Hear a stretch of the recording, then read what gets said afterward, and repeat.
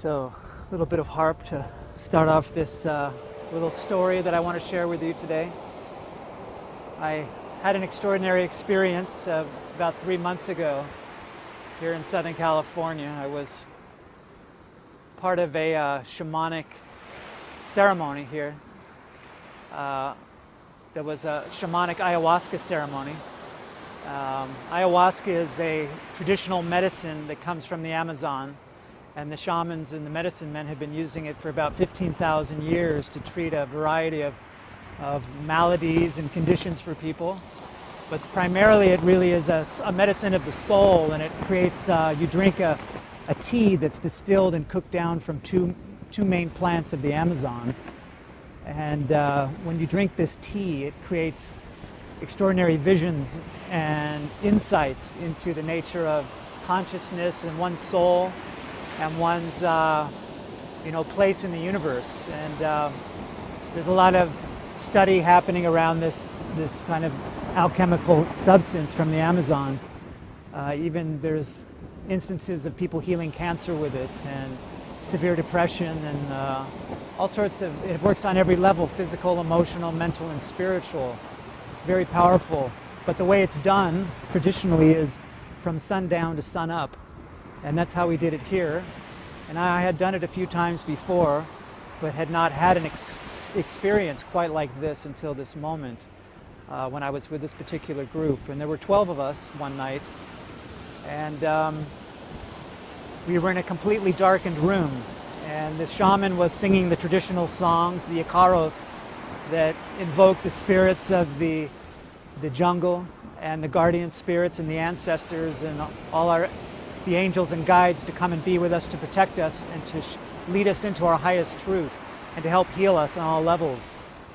And so my evening this particular night was fairly uneventful until about 2 or 3 in the morning, where I took my 3rd dose of this powerful tea, this elixir, which is the main active ingredient of it is DMT, which is naturally produced by the pineal gland.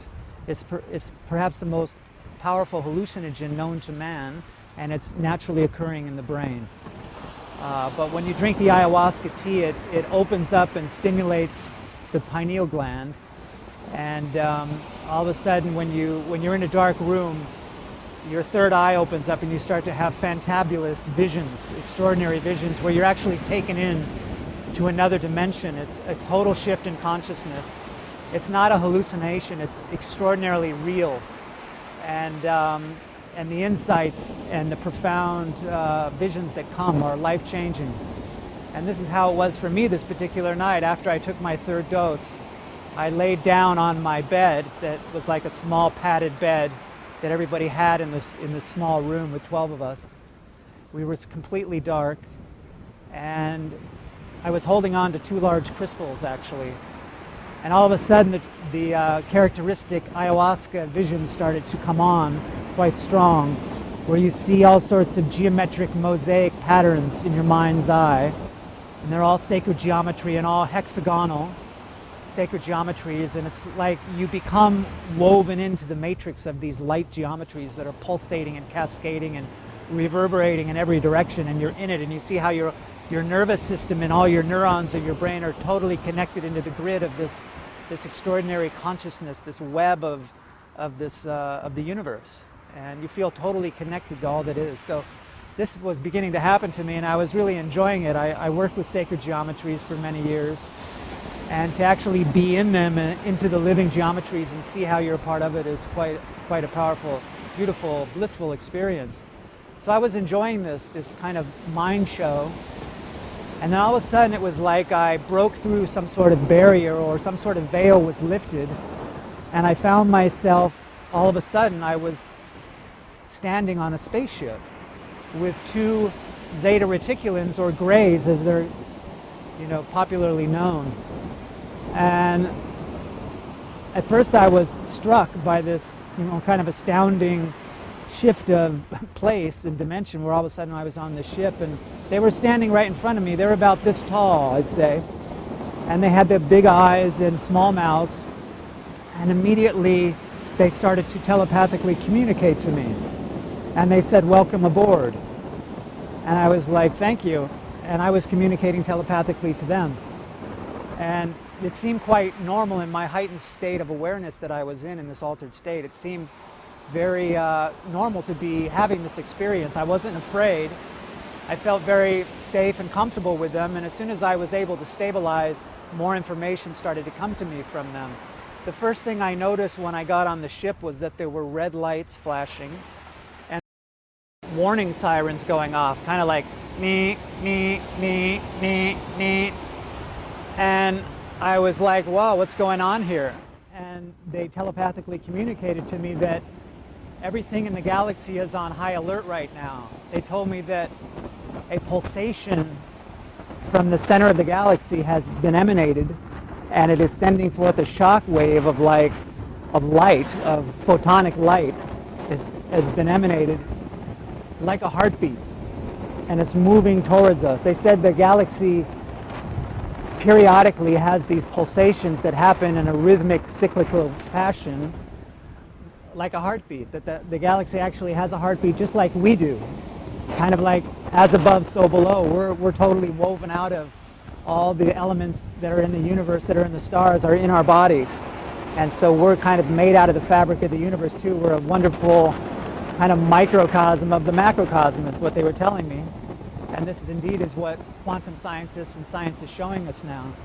But they spoke of this great pulsation that has actually already happened, and it's moving towards us now very quickly, about at the speed of light. And supposedly, according to them, that this is going to arrive on or near around 2012. They said this pulsation is what the Mayans charted. And they knew of this galactic phenomena because, of course, they were in touch with the deities, with them as well. And they said that this pulsation coming towards planet Earth is actually going to have quite devastating and catastrophic effects to the planet. And they were actually issuing a warning to me. And they came to me and they were like, imminent, imminent, imminent. Like they really wanted me to understand the severity of the situation. And they said that most people have no idea what is getting ready to occur. I asked them, I said, well, you know, can't you put up some sort of protective barrier or force field around the planet? And they said no, they couldn't do that. They don't have the technology to do it. They said they themselves, when this wave of galactic light comes towards us, they said they actually have to move their ships up to a higher dimension to get out of the way, to allow it to pass under. And then when it goes by, then they can step it back down in frequency and come back down into a lower dimension. They said that this is a natural occurring cycle, and they said it's just like the Creator just kind of brings this through every now and then and just wipes the slate clean and starts over, and it's natural. They told me to, you know, remember what has happened in ancient cultures and societies like ancient Egypt and Greece and Sumeria and perhaps Atlantis, that all these great civilizations have rose and fall, and this is just what happens. It's a cyclical unfolding of culture, and that we're no different. That they said that we should not think that we're eternal and indestructible, that indeed these powerful universal forces are indeed a reality and they're going to come. They told me that all the prophecies, like in the book of Revelation, Edgar Cayce, Nostradamus, the Hopi prophecies of the Great Purification, and all the traditions that speak of the Great Tribulation and the catastrophic earth changes are indeed true. And for me at this point it was a tremendous wake-up call, because like many of us, I've heard these stories and these predictions and these prophecies, but you know, a lot of the spiritual and awakened people and the light workers and whatnot and people in the New Age community thought that perhaps if we got enough of us to awaken, that we could change the prophecies, that we could somehow create a different outcome.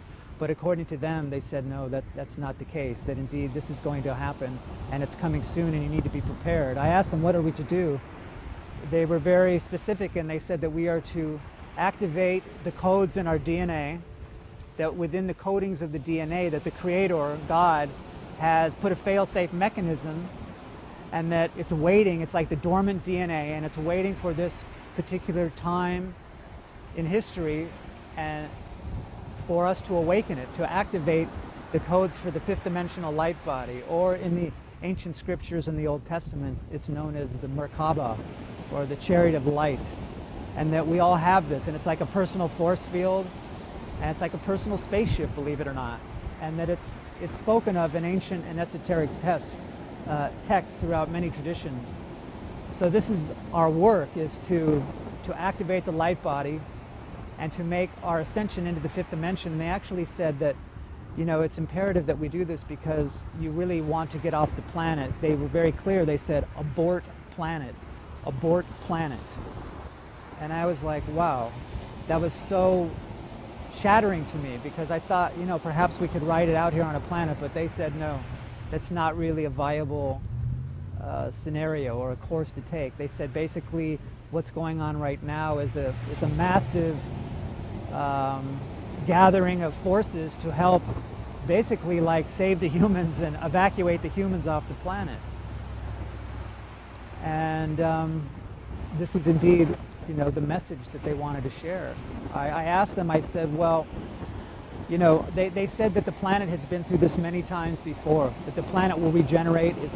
It's happened many times before, but for us, for the humans, this is the next step in our evolution. This is the quantum leap.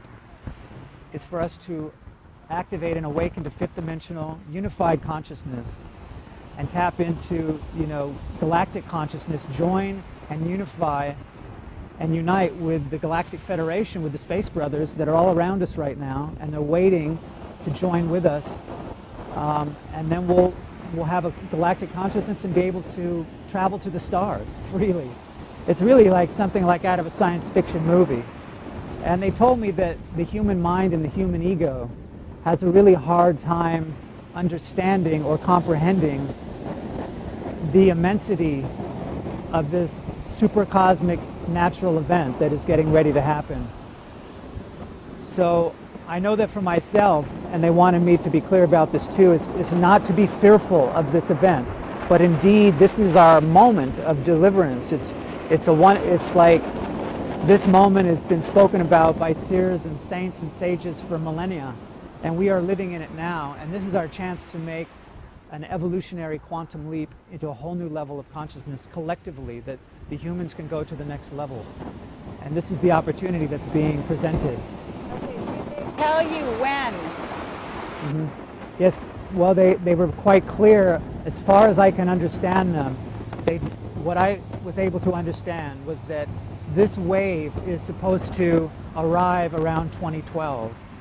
Now, I didn't know anything about galactic pulsations at the time, but they told me to research everything when I got home, and that I would find verification for everything that they told me.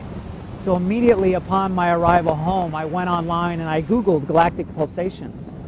And I found several scientific papers that were written by astrophysicists from NASA and JPL and different places of the world. But ultimately, I came upon the work of a Dr.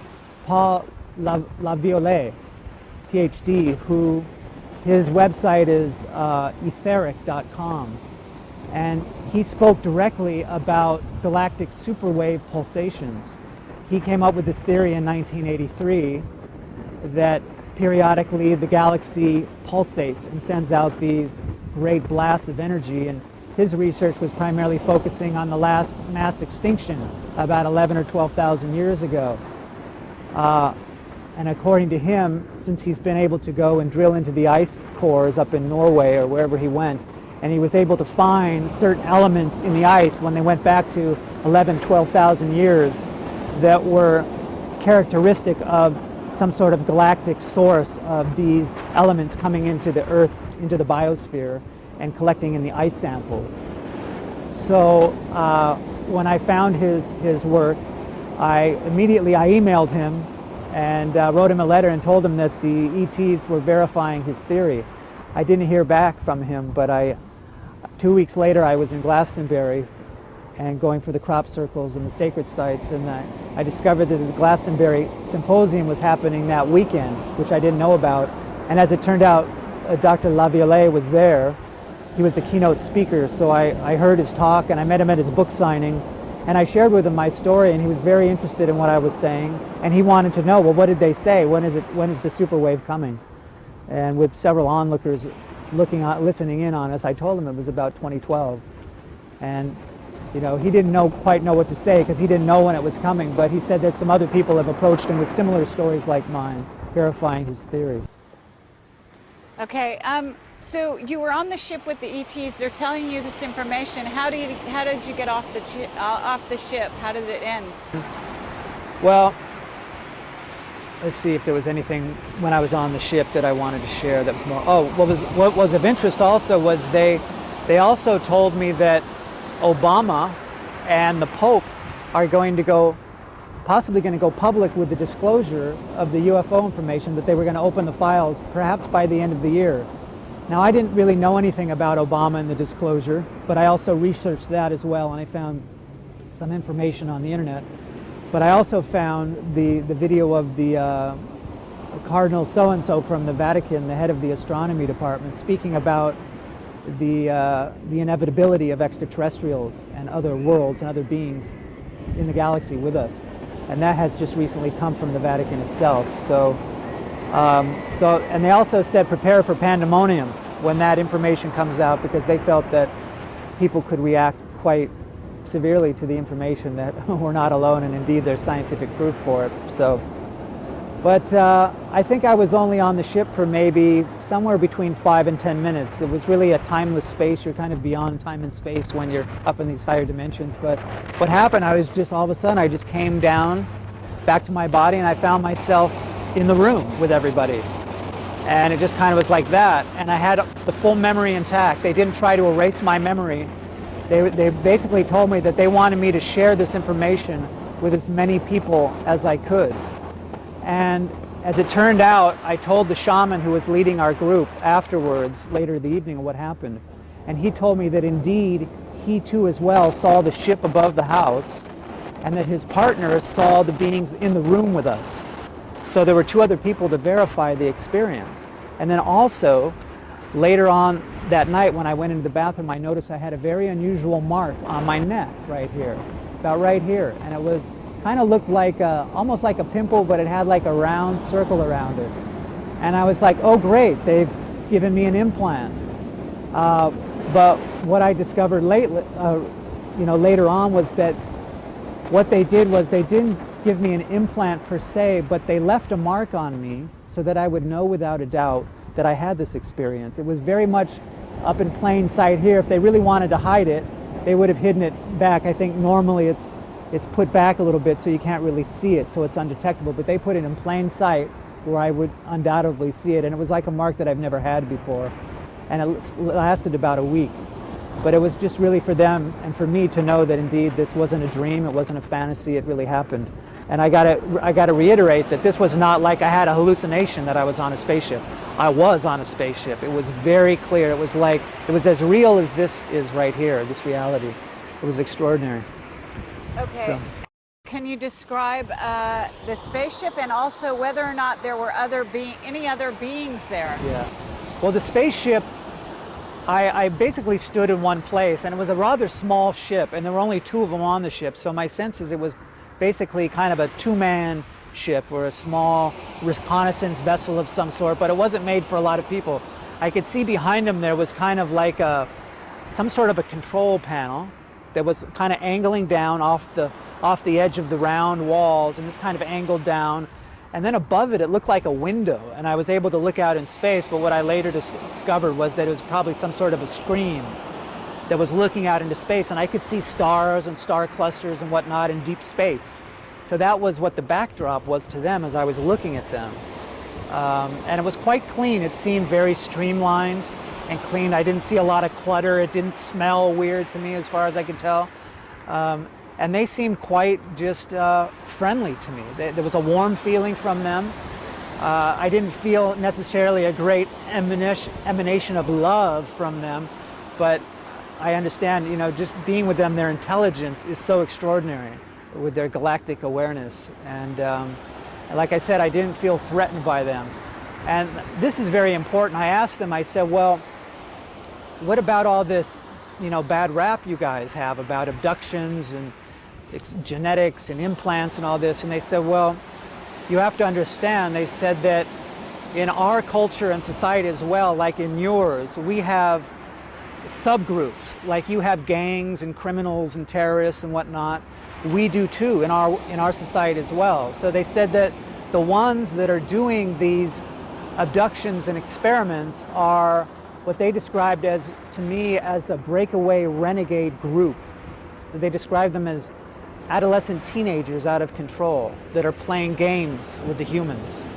They basically said, pay them no attention, but they wanted me to understand that they, and this particular group of them, are here to help us right now during this extraordinary transformational period of time that we're in, getting ready to cross through this threshold. And they're here to help us in any way they can, along with all the other galactic beings that are here. Okay, so do you want to tell people how you were told? I assume maybe they told you, or were you told by light beings prior to this, how to activate your light body? Yes. Well, the light body information I've been aware of for 25 years. I mean, I feel like myself, I'm like a classic starseed. I'm like an indigo kid and a starseed, and I've had galactic intelligence since I was a teenager. I've been doing one form or another of channeling. I worked with sacred geometry and stained glass, where I put crystals and gemstones in, and they were actually, I've been creating them for, about 25 years, and the whole purpose was for awakening cellular DNA, activation and information within the codes. And you can see those on my website. And so I've been working with that technology ever since I first met Jose Arguelles back in 1986. And he enlightened me about the Mayan calendar, and then shortly after that I met Drunvalo Melchizedek and the teachings of the Flower of Life. So I've been exploring this information also through the Keys of Enoch with Dr. J.J. Hirtak. And so I've been a student of this for a long time and investigating it. And I've had many, many confirmations and realizations and insights that indeed the light body and the Merkaba is a reality. It's not a fantasy. And you can start to work with this technology yourself, because it is encoded within everybody, has it in the DNA, and it's just working with the sacred geometries. And you start off with the star tetrahedron, and you learn about that and the platonic solids, and as you work with the geometries, that alone, by seeing them and working with them and focusing on them, that awakens a consciousness just by interacting with the geometries and the shapes. So that's something everybody has access to. You can just go on the internet and search light body or sacred geometry or the Flower of Life, and it's accessible. And one of the most powerful technologies I recently come across is a work called the template, and you can see that at www.thetemplateorg.com, and that's all about connecting circuitry that has been manipulated in the past. Our DNA has been manipulated, and that's a long story too. I don't really want to get into it here, but we're actually repairing and activating and reweaving our neural nets and our neurocircuitry and our DNA so that we can handle more light in the nervous system. This is the key, is to increase the frequency of light that we can embody and vibrating at a higher frequency. And of course, my music for years has been brought through for this purpose. Listening to high frequency music, working with the harp, the crystal bowls, tuning forks, Tibetan bowls, all of these resonate to the higher frequencies, and they're wonderful tools to help us to attune to frequency and learn the subtleties of different frequencies and our harmonics. It takes work. You have to focus on it. It's not an easy ride into the fifth dimension. I mean, you have to focus, especially if you want to get in your Merkaba. So not everybody's going to, have mastery of the Merkaba for the ship. Others will be, according to them, will be evacuated. There will be some evacuations happening, is what they told me, and this has come from other sources as well, that the ships will come and some of us will have an opportunity to board ships. But apparently it seems that the majority of people will not get on ships, and they're too attached to this world, and they'll choose to stay here and go into another three-dimensional, dualistic, polarized, third-dimensional experience. But for those of us who want to make the quantum leap and make the shift, this is available for us coming soon. And as we cross the event horizon of 2012 and Galactic Center aligns, this is when the portals are opening. And they were very clear. They said that when the portals open, as we approach 2012, that many people are going to be able to activate the light body, and we'll be able to actually make the shift into the fifth dimension. especially the first wave of the star seeds and light workers who've been working with this for a while, will be able to do this according to them. But they also, to demonstrate it, to be teachers and examples for others, so they can see that indeed this is a possibility. But they wanted us to know that, to not forget that your mission is to stay here and help until the very end. Because when these portals open, they said, and I know for myself as a star seed and a light worker, that I would just assume if a ship came or a portal opened in the fifth dimension, I would love to leave right now and get off this planet. But I have to remember I signed a contract when I came this time to help with this extraordinary transformation and to help to save as many of the human race as possible to make this quantum leap. And that when the time is right at the very end, then we can all make our transition into the light. But that was a very important message, to realize that we need to stay until the end, especially the light workers and the starseed who made that commitment to help. And I know there's many of you out there who had that feeling that you're here to help during this extraordinary transformation and transition into this other dimension. So don't forget your original commitment. Thank you very much. Maybe you could play a little more for us now. This is the wind harp. It's played by the spirit of the wind, and it's an extraordinary harmonic sound, very celestial. It opens dimensions and portals, and I've done this all over the world, recently in the crop circles of England, and it really calls in the celestial energies. So let's just all tune in and listen to this extraordinary sound for a moment.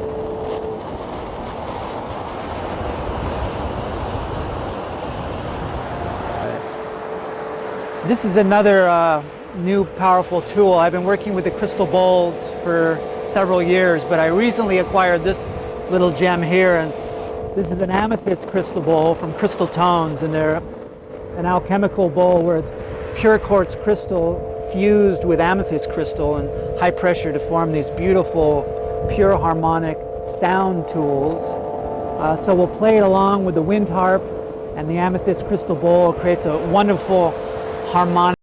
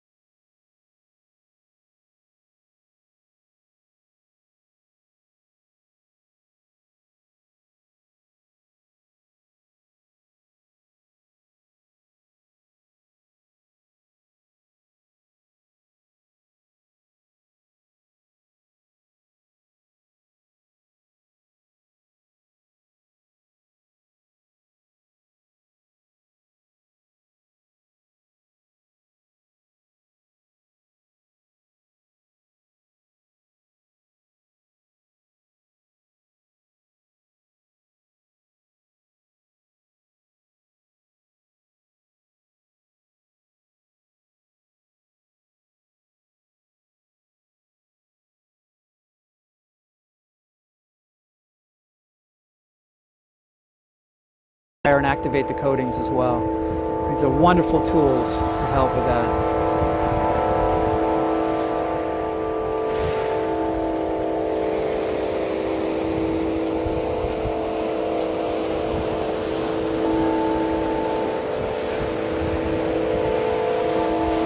While we're listening, can you tell me, have you had any other visitations since this experience?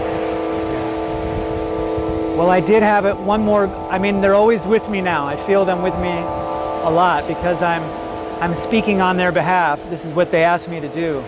I feel that they kind of got a bad rap going, and there's been a lot of negative press. It feels like even sources in the media are helping to spread rumors about them to create an external enemy that we need to perhaps weaponize ourselves against some external threat. But indeed, they're really here to help us. The message, one of the last clear messages that I got was during the lunar eclipse in July. I was in England. I was in Glastonbury, and I was up on Weary-all Hill where the holy thorn tree that Joseph of Arimathea planted some 2,000 years ago. And I could see the Glastonbury Tor and the Chapel of St. Michael on the top of the Tor, which is right on the Archangel Michael line. And it was at this powerful lunar eclipse, and I was there with my girlfriend, and as we were meditating on the moon, this is when I got the message about for the light workers to know that the portals are going to be opening and that we need to come back. When we're able to activate the light body and go into the fifth dimension, that we need to come back and don't forget why we came, to help with the mission. So that was really one of the last messages I got from them of any real significance. Although I do feel them around me quite a bit and coaching me and helping me to go on, but I don't have a direct link up all the time hearing messages. It's not like something I want to hear all the time. But that was the last clear communique that came through, was on the lunar eclipse in July. Okay. And initially you said you had light beings come to you to tell you about your mission to be a harp player. And I'm wondering if those light beings have communicated with you since in any other way, and whether or not you got any contradictory message to the ones you got from the small grays. Right. Well, I have been communicating with the angels for many years, and that's how I got into the harp, was through a series of mystical visitations by the angels in Sedona in the early 90s, and you can read more about that on my website at harpmagic.com, and you get the whole background story. I don't have really time to get into it, but I've been working with the Brotherhood of Light, the Great White Brotherhood, the angelic beings for many years, and the original mission was really about activating the light body and the ascension back then. And so I've been working with that for quite some time.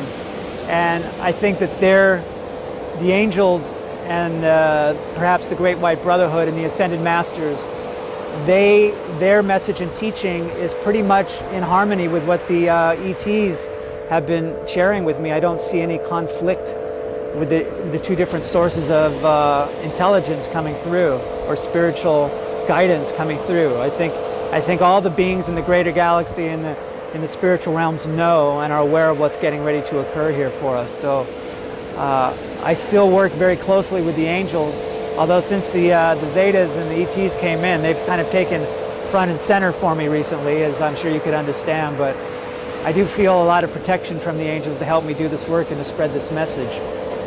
So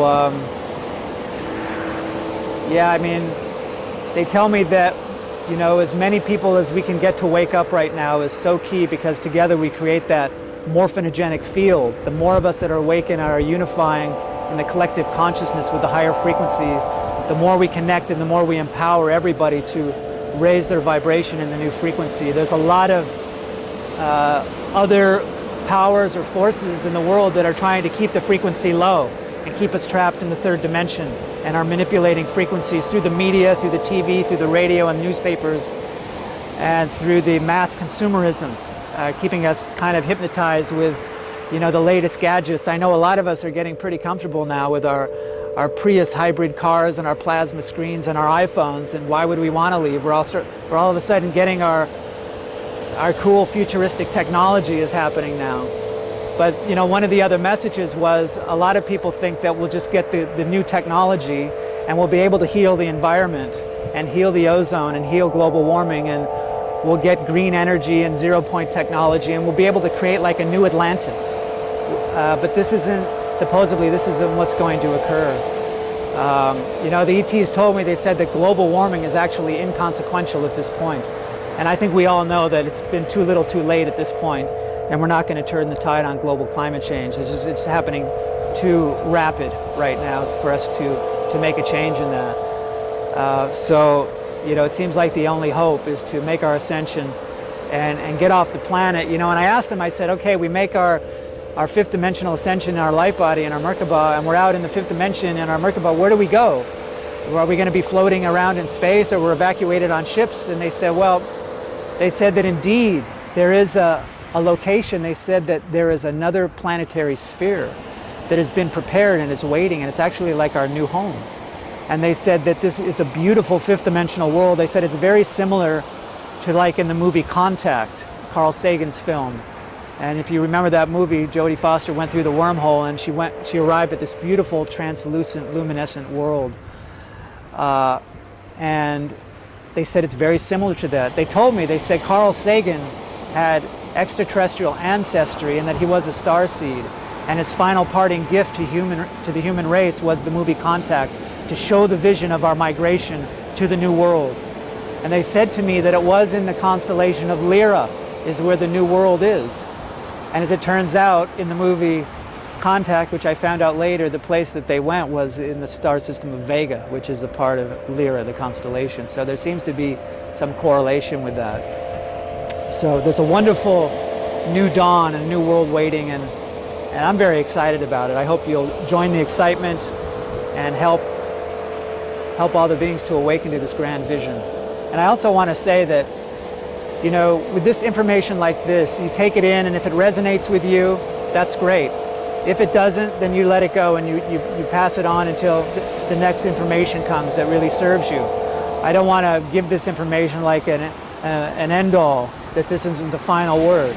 I mean, this is coming from a higher source of intelligence, and we need to take everything with a grain of salt and check in with our own higher knowing, our higher selves, and our higher guidance to see if this is indeed truth that resonates with you. So I encourage you to do that with this. And also, I want you to know that I'm not doing this to get rich or to get famous. This is not my intention at all. This has really given a whole new trajectory of my life, and I was very hesitant at first to come out and share this information. But I realize how important it is for others to hear it, to hear the story, and to take the information. One last question. Can you tell me, when did you have this experience? How long ago? This experience happened about in early June, so it's now, almost 4 months ago. Okay. Yeah. Thank you very much. You're welcome.